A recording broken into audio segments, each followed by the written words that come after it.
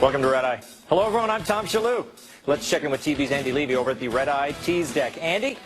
Thanks, Tom. Coming up on the big show, Donald Trump interrupts a business roundtable to remind everyone he once shot a hole-in-one. He's only 10 away from being as good as Kim Jong-il was. What? He once shot He did? in one round. Wow. Yeah, 11, I believe. Plus, a new poll shows 66% of Trump supporters will turn off the Oscars if they get too political. Also, 100% of Andy Levy's will yell at the TV every time La La Land wins something. And finally, an Iowa lawmaker suggests universities employ an affirmative action hiring policy when it comes to conservatives. It's like that old saying goes, if you can't beat them, throw away your principles and join them. Back to you, Tom. Is that the saying? Yep. Thank you, Andy. Let's welcome our guests. She has pep in her step, even when she's sitting down. Fox News Headlines 24/7 reporter Carly Shimkus. We have a happy panel tonight, or in other words, a sunny bunch. Executive editor, Washington Free Beacon, Sunny Bunch. He's a liberal beefcake, a vegan, gluten-free beefcake, award-winning essayist, political satirist, and liberal hunk, John DeVore. And his best quality is his quiet rage. Sitting right next to me, comedian Paul Hooper. Okay, let's start the show.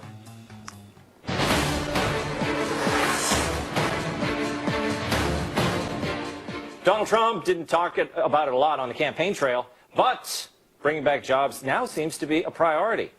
On Thursday, the president met with manufacturing executives to discuss tax and trade, regulatory reform, and jobs.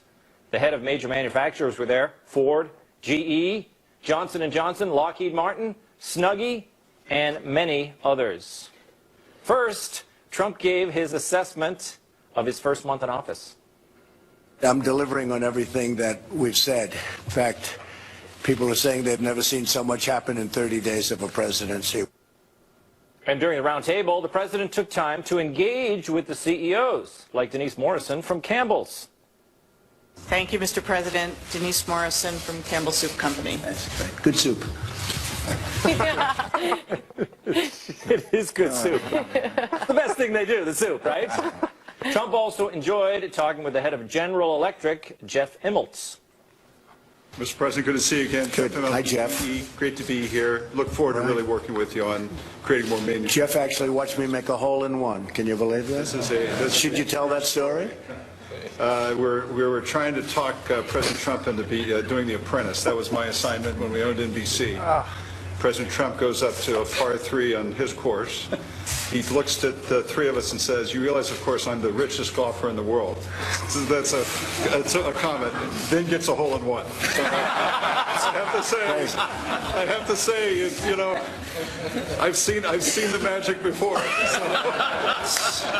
It's a crazy. No, I actually said I was the best golfer of all the rich people. To be exact. And then I got a hole in it. So it was sort of cool. Thank you very much. That was sort of cool, wasn't it? Funny. Look, makes you love Trump, doesn't it? He makes people tell stories about him. Well, first off, if I were to ever hit a hole-in-one in golf, I don't really golf, but if I were to hit a hole-in-one golf, I would bring it into every conversation. I'd be like, yeah, you know, the trade deficit's pretty great. Not as great as that one time I hit the hole. Exactly. You never stop talking about it. I would bring it up every time. It is like a real, like, sort of like Bane in the Dark Knight move to be like, hey, rich guy, tell that story about how great I am at golf. Yeah. And then he does it. And then he does it. I mean, it's really, really fantastic. I know, that's the amazing thing. DeVore, I think you gotta love Donald Trump. You gotta love him. I really don't. Now you have to, though. I don't. Is it illegal? Yeah. Legally, I have to. After watching that clip. He's the tell me I'm pretty president. He drives me crazy. It's always about him, me. He's like an elderly millennial. Every time he's our first living selfie president. How can anyone watch this and think this is how a president should act? Well, now it is. Who votes for him? Look, like he said, DeVore, he has gotten more done in the first 30 days, including revolutionize what it means to be a president. Oh, he's such a BS artist. He's not. What has he done? other than reconfirm that we have checks and balances in this country. Well, hey, that's look, all he's done. That's what he's done. But you That's love what those. he's You meaning. love all those checks and all those balances. I don't love you? those checks and balances. What's better, the checks or the balances? You know what? Sometimes I like the checks, sometimes I like the balances. That's America, isn't it, Paul? But I mean, come on. Like Trump is. He's off the cuff. He's unscripted. He's taken down. I mean, we don't live in jolly old England. I like his laid-back style. Is that how successful people talk? I always wondered, just good soup. Good soup. Is that how billionaires talk? You don't have any better conversation than that? I just wish that had progressed. I like the correction. I like that I'm, the best golfer of all the rich people. I wish it had progressed to like a self-aware level, like who's the most self-involved prick on the tee box today? Come on. Can you Wait a believe minute. we talk this way? He is. Look, you got to admit, it's. There's no one like him, right, Donald? No, there's no one. To say the least. You have to admit that. Look, it is good soup, and it's that's. Carly, I mean, don't tell me it's not good soup. Are we sponsored by Campbell's tonight? It's soup. It's good food, isn't it? I don't think enough people have soup with their meals anymore. That's something we're going to get back to when we make America Yeah, great. the heck with salads. John, I completely disagree with you. I think this is the best part of the president's personality. He's got to be the best at everything. He's got to be the best apprentice host. He's got to be the best golfer. He's got to be the best president. And call it a character flaw, but I think by that logic, it just makes sense that because he is so invested in his own personal performance, he's not going to let this country fail. No, he's not. He does not care about the country. He cares about Donald Trump. He cares about As long as this enriching country himself. benefits from it, who cares? But DeVore, Shillue. I did actually hit it. You know what? The only hole-in-one I ever hit, DeVore? Yeah. There was two caveats. One, I was alone. I was golfing alone. Sure. I swear to God, this is ridiculous. I'm sure Donald Trump has that same story. Two, but here's the honest part. Yeah. Two, I had hit it in the water, so I took a second shot. So it really wasn't a hole-in-one. So it was my third shot essentially. So you're I had to put it back on. humility. But no, I hit it. Listen, it doesn't matter. I hit it off the tee and it went into the hole on an island. It was on one of those little island holes at Disney in Florida. And how did you celebrate? I was over myself. I took the bridge over to the island. I walked over there and I peered in, and there it was sitting at the bottom of the cup. I mean, it was unbelievable. How do you know that wasn't already there? I checked because it had my little number 6 on it. There you go.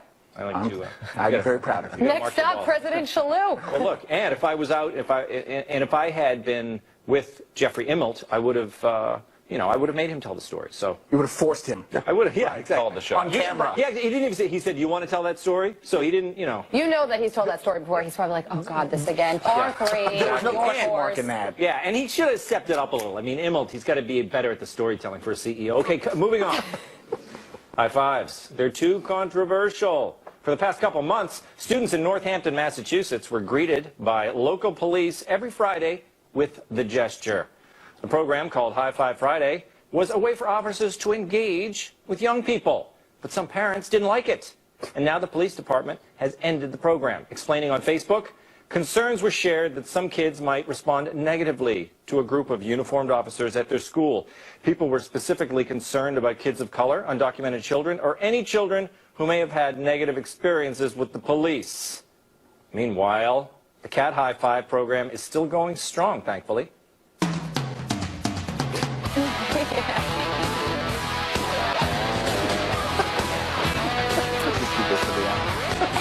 It helps to slow it down, doesn't it, Sonny? That's good. Can we get that on a GIF? I want to put that on I Twitter. would love it. You couldn't stop smiling, could you? No, that's great. Cats high-fiving. Now, this police department, first of all, we're talking about, Sonny, this is Northampton, Massachusetts. Dangerous. It is. I mean, the town is very peaceful. It's got the most PC police in the world, and yet the parents are still upset that students... Since when do parents not want their classrooms to be crawling with cops? That's what I want to know. Like, when I have an 18-month-old, and when she is in school, I want a cop in every classroom giving the stink eye to every kid to make sure that they're behaving themselves. And I think this is so ridiculous and insane that I don't know what to say about it. I want to go to DeVore on this because DeVore, Northampton, as you know, a liberal bastion Okay? Is it? Yes, it is a liberal Yankees bastion. Yes. It is Western Massachusetts. It's Right. all people with multiple graduate degrees. They got the most that PC right? police force in town. They have never had a bad experience with the police This is up not there. where Manchester by the Sea takes place? No, it is not. Okay, good. But you liberals, you liberals. you never. It's never good enough for you. Wow. It's never good enough. I don't know. If law enforcement wants to interact with the community better, both the small community and nationally, they should stop, I don't know, shooting unarmed citizens. Have you been up to Northampton? I'm just talking about the macro here. They have coffee with the cops every Friday. They've got. Well, clearly there are some people who are like, sorry, but my kid has seen videos of law enforcement off the hook. That's it. Why do you liberals keep showing videos to your children? That's a hell of a point. Don't you have parental controls on that I thing? inexplicably don't have an answer for that. I am going to... Look, Paul, Yes. you know Northampton. You know what I'm talking about. You've probably been up Never there. seen it. Western Never been. Massachusetts. I mean, these are the kind of cops that ride around on the Segways. Yes. They're friendly with everyone. They're giving high fives. You can't give a high five anymore? Yeah, I would have welcomed it as a child in my grade school. At least the first day when I arrived, I'm like, something terrible's happened. Can we go home? Exactly. I would have loved it. But yeah, I don't see anything right. Yeah, a friendly relationship. I mean, I don't know. I would have been fine. Northampton, I'll probably never visit. But. No, well, look, it's a nice town, Carly. The people there, it is a nice place. It's a nice place too. I wouldn't want to live there, but it is a liberal bastion, like I said. But how are you going to have, people complain about relations with the police. Yeah. How are you going to improve relations if you're telling them they can't come and high five your kids? That's the million-dollar question. It's such a sad day when a high five is too scary for a child. Even sadder when you validate that fear by taking away the program. There are so many things wrong with this, but the most glaring is that a room full of adults caved to a small number of parents who are teaching their children to be afraid of cops, to fear police and think that they're bad. The same police officers that would actually take a bullet for every single one of the children in that school. There you go. DeVore, what are we going to do about it? Like you said, you obviously get your issues with, policing, etc. I have my issues with the most powerful members of our society, law enforcement, yes. They're the ones that are going to come for your guns. What are you talking about? The police? I'm saying that Are they the going to police... take the guns away from the kids in the classroom? But the police are the ones that are going to come for Second them, Amendment. just so you know. Sonny, should we have this? Conservatives love the law But why enforcement. should you teach your child to be afraid of a police officer? I think you should when teach they're your not only children. I necessary, think you should but teach they're a group of the best people that represent the country. But I think you should teach your children to respect law enforcement, but law enforcement can be dangerous. Unless, I mean, what are your thoughts on the police state, Look, Tom? I was going to go to Sonny and ask him about his thoughts on the police, but I want to talk to you about the Oscars because you know all about show business, so I'm going to go to the next story. Do you mind, Sonny? No. The Oscars are on Sunday, and I can't wait to see which actor really sticks it to Trump. I watch primarily for the impassioned political speeches, but many Americans don't like them. It depends on who you voted for. A new study conducted by The Hollywood Reporter found that 66% of Trump supporters say they have turned off an award show because the winner discussed political views, compared to 19% of Clinton voters. And 32% of her fans actually like the speeches. When asked if they feel that Hollywood represents their core values, well, 54% of Dems said yeah, while 80% of Republicans said nuh-uh. As always, Hollywood icon Frank Stallone sums up Republicans' feelings perfectly. The 89th Fake Illegal Academy Awards, featuring every leftist actor on one stage so we can view all their stupid drug-induced PC rants. That's the best Is that real? tweet in history. That is the real Frank Stallone. But forget the speeches. What about the movies? La La Land is the heavy favorite to walk away with the Best Picture statue. Here's a clip.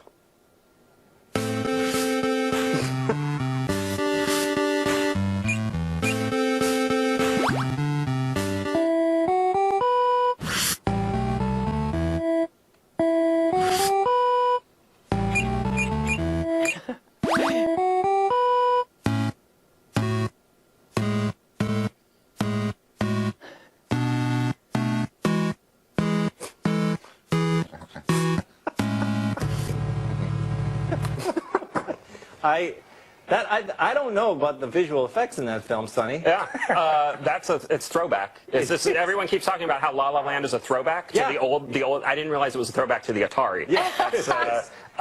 Yeah, no, I mean, people. Am I surprised that conservative Trump voters don't like to hear liberal Hollywood talk about how terrible Trump is? No, that's like the least surprising poll result of all time, except for the election of Donald Trump in November. That was more surprising. 66% though. That I would actually think it would be a little bit higher. Actually, yeah, no, 66% who have turned it off. I mean, those things all annoy me, but I don't turn it off because then how would I be able to snarkily make fun of it on social medias? Do you live tweet it? Yes, sometimes. Yeah. So I don't know if I will this year. I've got to. I will. I probably You're will. busy. I got to do my hair that night.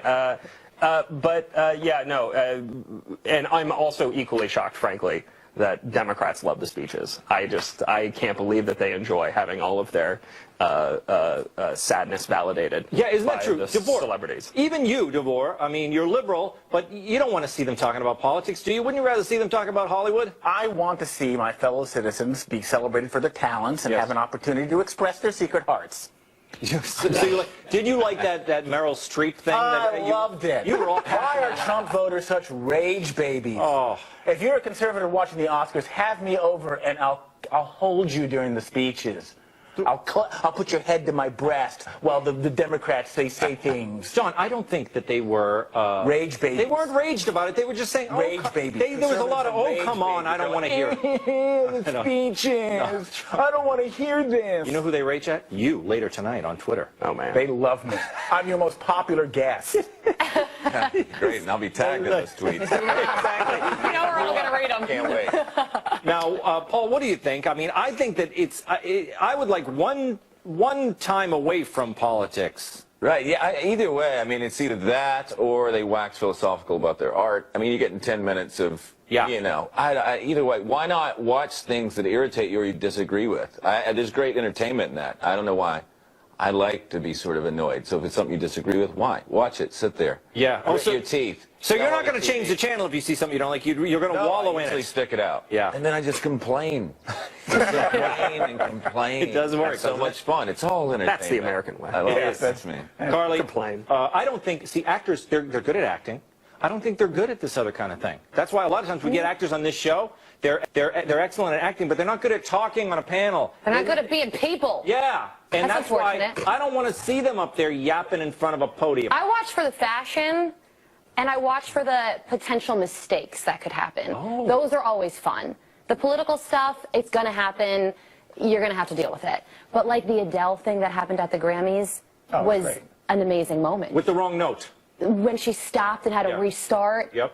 That was my favorite moment of 2017 You so like far. the car crashes? I do. Why? Do you live through them vicariously? You know, you just sit there, drink a glass of wine, and go, you know, she makes a lot more money than me, but that wasn't me.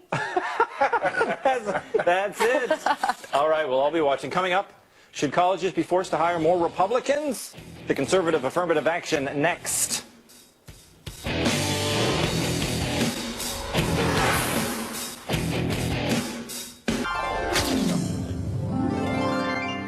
Republicans in the heartland are getting in on a policy that is the favorite of liberals. Affirmative action. I know. It seems strange, but Republicans in the Iowa Senate have proposed a bill that goes after the state's higher education for its lack of diversity, specifically ideological diversity. Senate File 288, proposed by Senator Mark Chelgren, would institute a hiring freeze until the number of registered Republicans and Democrats on the university faculty fall within a 10% margin of each other.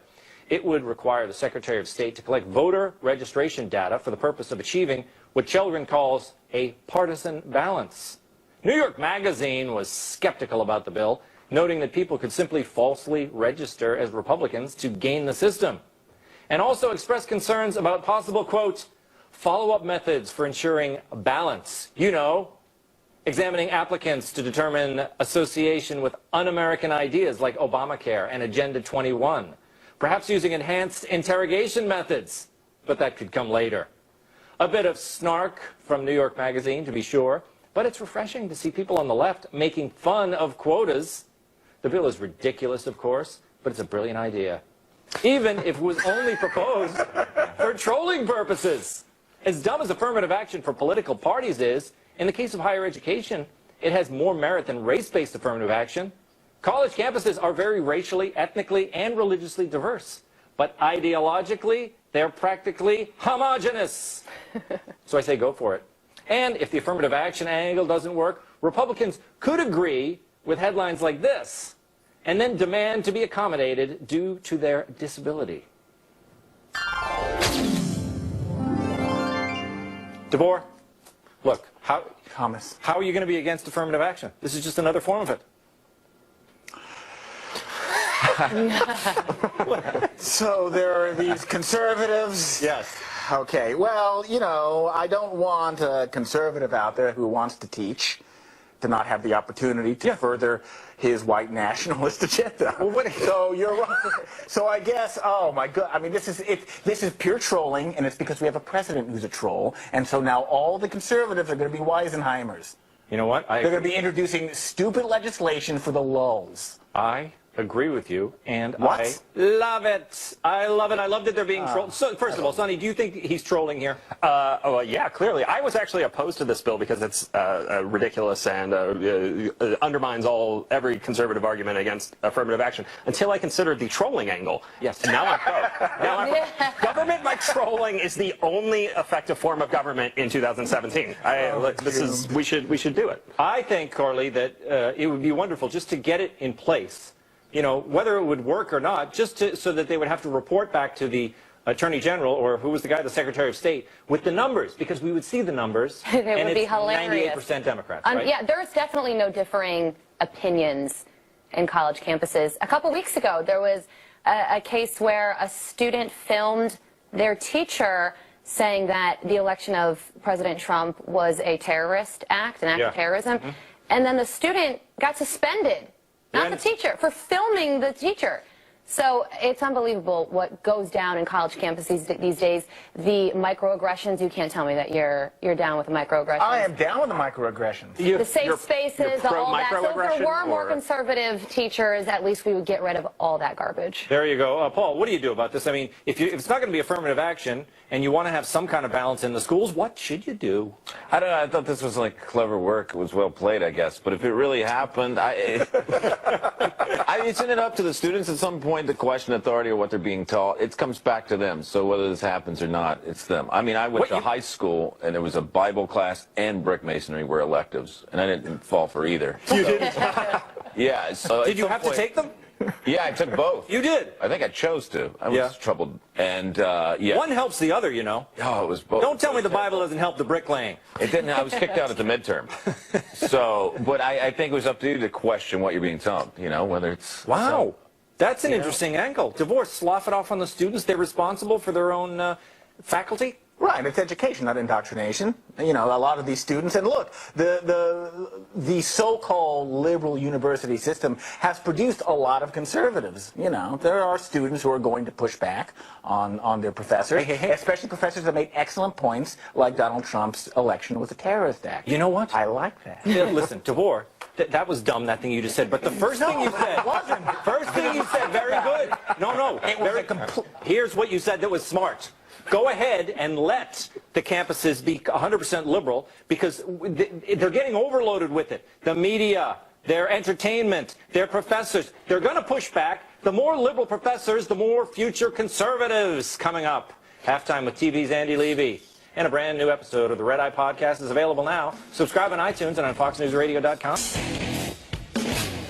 Hello, welcome back. Time to find out what we got wrong, what we missed from TV's Andy Levy over in the Red Eye News Deck. Hey, Andy. Hey, Tom, how are you? Good. Excellent. Trump's hole-in-one. Yeah.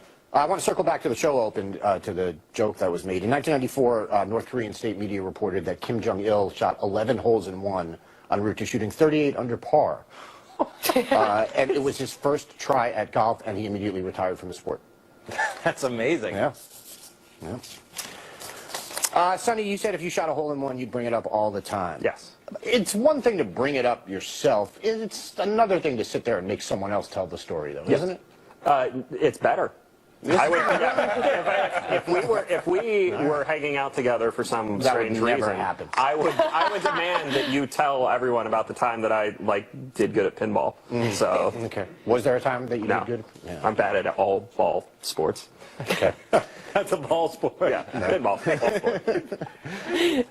DeVore, you said everything about Trump is me, and asked how anyone could watch this and think that's how a president should act. That's exactly right. I just wanted to let you know we'll be editing that out. The truth. I bring the truth to this show. In one form. Paul, of Trump saying good soup, you asked if that's how billionaires talk. Yes. Are you denying that Campbell's makes good soup? They make great soup. Well, but I think all right then. there's a better way, isn't it? Is that all the conversation they have? Absolutely. They reach the What the more pinnacle. do you need to say other than good soup? I don't know. They got to have a secret to something. They got billions of dollars. Better than that mundane soup comment. I think the secret is making damn good soup. Yeah, it's true.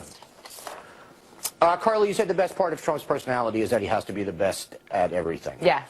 Not quite. He has to be thought of as the best at everything. There's a big difference. That's true. Yeah. That is true, yes. Tom, that was a great made-up story about your hole-in-one. I enjoyed that. So it was a par 3, Andy. Mm-hmm. Well, I would hole. assume so, yeah. It was an island hole. It was at the Disney course in Florida. And you went through the windmill?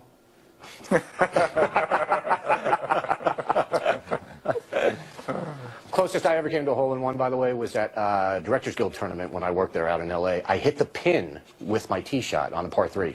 I then 3-putted for bogey. See, there's always something, right? Never golfed again after that.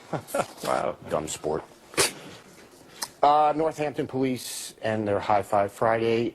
Tom, first of all, I think really you owe an apology to our guests and our viewers for hiding the fact that the Northampton police chief is your twin sister. Can we put up that picture, please? That's Chief Jody. Mm-hmm. That is. Yeah, that is Chief Jody. Yeah, you have to disclose these kinds of things. Yeah. How perfect is it that she's the chief? It really is perfect. Yeah. Yeah. And Jody is her first name, right? Yes. And she has everyone call her Chief Jody. Fantastic. DeVore, you said if law enforcement wants to have good relations with the community, they should stop shooting citizens. Unarmed citizens. Oh, okay. So Thank they you. should shoot armed citizens. If they've pulled a gun on them. But if, say, they're... But just not in they shouldn't, in general, shoot armed citizens. I don't think that they should shoot unarmed citizens, no. Okay, that wasn't my point. I know. Anyway, I don't disagree with you, but isn't what they were doing here a good thing in terms of establishing good relations with the community? I think you could argue that to improve...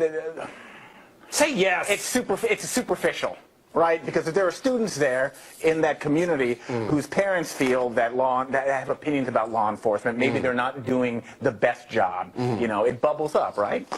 Okay. Don't give me that. I think you're slandering the fine people at the Northampton Police Department. I don't think it's slander. You have no evidence that they are doing a bad job. I think it's a social criticism is what I've let Levy. Tom, you said Northampton has the most PC police force in the country. Yeah. I just want to make sure you mean the actual police are PC here. You're not talking about the PC police. No, they're not. No. There are no PC. Yes, everyone's the PC police in Northampton. All right. Carly, you asked why you should teach your children to be afraid of the police.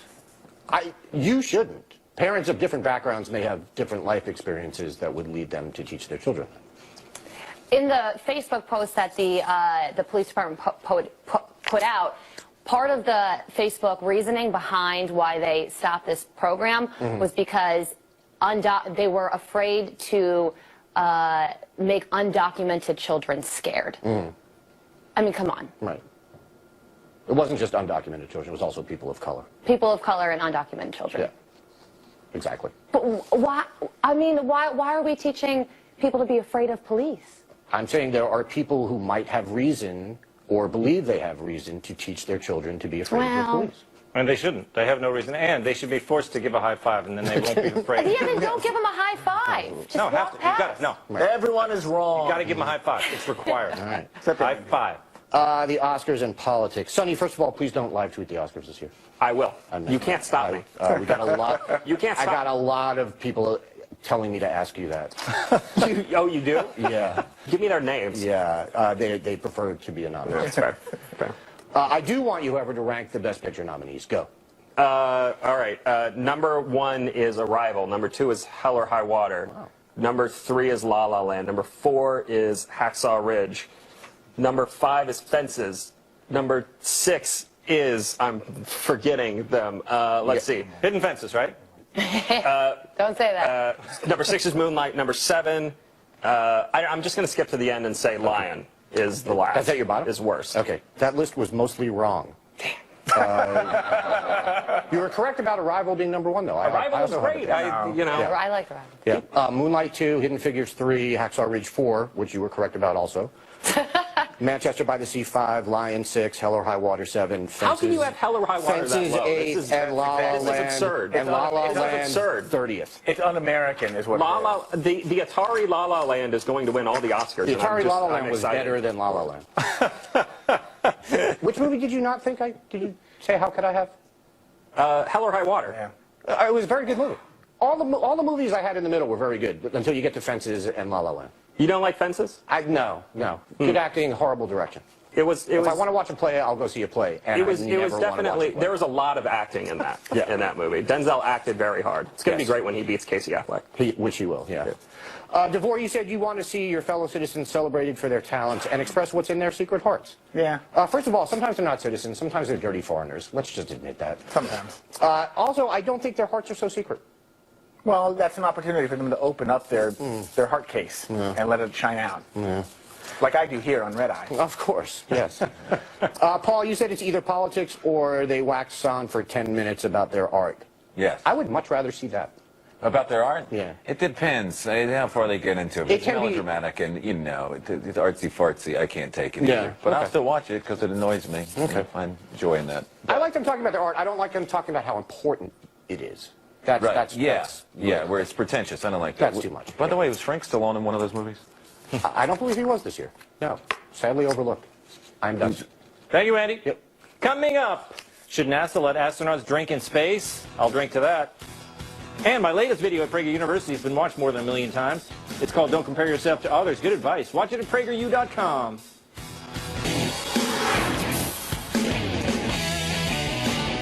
Should astronauts be allowed to get drunk in space? The killjoys at NASA aren't ready to say yes. For a BBC story on why booze is banned above the Earth, a NASA spokesman explained that compounds in alcohol can have impact on the International Space Station's water recovery system. Also, the piece notes, spilling beer during some drunken orbital hijinks could also risk damaging equipment. Then there's the issue of responsibility. We don't allow car drivers or pilots to drink, so it is hardly surprising the same rules apply to astronauts inside a $150 billion space station traveling through a near vacuum at 17,000 miles per hour. Wow. Russia, however, is less strict. Cosmonauts on its Mir space station were allowed a little cognac, a little vodka, and there were apparently grumblings when they found out the ISS would be dry. Recently, though, an American astronaut was able to smuggle in a six-pack of beer. We're not sure which one, but I believe he's the guy on the left. Paul, sure. Look, space, it's an ocean of emptiness. Shouldn't we allow them to drink a little bit? Maybe astronauts, yes. They're the smartest, most disciplined people. Let them have it. It's better than the frat boys.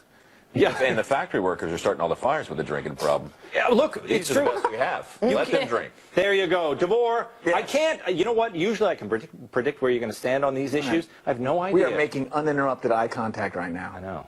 What do you think? Out in space? I'm an enormous fan of NASA because it's the closest I'm going to get to Starfleet. And NASA astronauts have been brought up. They are at the peak of physical and mental performance, and I want them to be professionals. Yeah. I want they don't need to booze up there. They can come back to Earth. They don't need to, but look, it's just like anything. When you have, you wouldn't tell people they have to be teetotalers here on Earth. So when they get their work done, You know they horse around up there. They squirt the peanut butter in the air. They do all those fun things. They do fun things. They don't need to drink. They need to stay on edge. Any small, didn't you ever see Gravity? Any small little mistake, and it's a death trap. All right.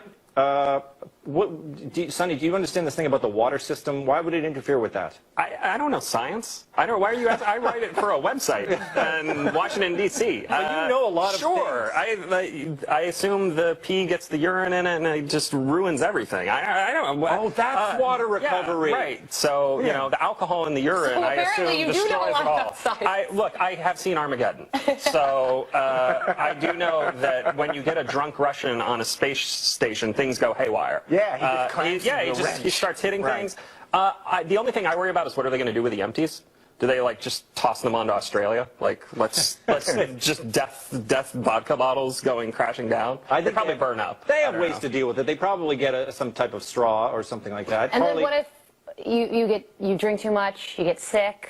Yeah, it goes sort of everywhere. Floats? Yeah. What are you going to do Well, with look, that? there's a lot of things like that. You could catch bugs up there and get sick, things like that. But I don't think it's wise to tell the Russians not to. I mean, I don't want to be, I don't know if this is probably not PC, but Russians, they like to drink, and I don't want to take their vodka away. It's part of their life. I am convinced that there have been American astronauts that just sneak a little flask in their spacesuit, drink a little bit, Really? smoke a little cigar, call it a day. Nobody's going to find out. Well, you remember that guy? Didn't that guy he snuck the golf club? What else are you going to do? Who's the guy that snuck the golf club up to space? On the moon. Yeah. I don't know what his name is.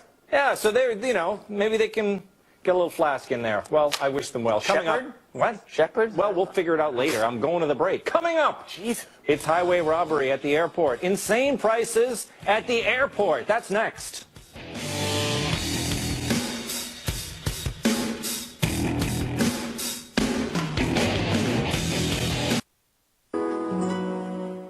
A writer for Deadspin has noticed something about airports. There's a slight markup for anything you buy there. In a piece titled, "We Must Regulate the Price of Stuff at Airports Because It's Pure Extortion in There," Hamilton Nolan writes. It's all about the title, right?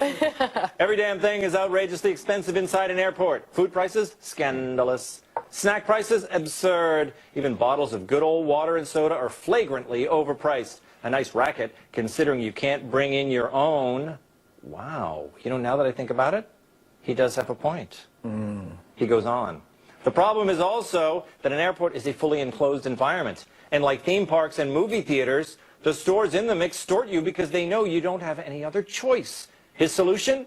We need a law to keep prices more reasonable. My solution? Never travel. The rest of the world? Highly overrated.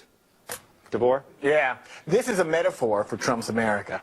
You see, he's going to build a wall around America and then hello $8 bananas. That's his entire plan. They're going to build a wall around the country. They're going to put border taxes in place. And it's going to everything's going to be more expensive on the inside. Those will be tremendous bananas, though. They'll be stupendous. It'll be the best bananas. Massive bananas. But it's not even, why bananas? He's not in the banana business. All the things on the inside of the country are going to be more expensive. The Campbell soup will be $8 a can. Exactly. Good soup, though. I don't understand DeVore's metaphor, Sonny, but the airport, I think we all know that the prices are higher, but we expect that, right? Just like when you go to Disney, the bottle of water is going to be expensive. Yeah, so I am of two minds on this. On the one hand, airports are already the most regulated place in the world. He's right. They take away your bottles of water. They take away your milk and your booze, and they make you buy it all again.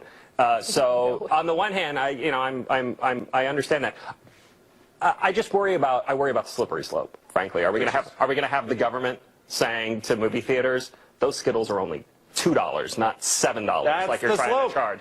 Are we going to have the theme parks not being able to gouge all of the parents? It's how they make it back. I mean, it's not as if there's a high admission price. There's no free flow of capital. As an American, I love gouging. So exactly. Oh, we gotta make this quick. What do you think? 15 seconds. Tell me, Paul. The price gouging. You know what it is? It's all the business travelers with the company cards and the expense accounts. Yeah. They don't care. They don't care. I work for myself. They don't care. They pay $30 for a sausage. They don't care. Carly, 10 seconds. Do away with airports altogether.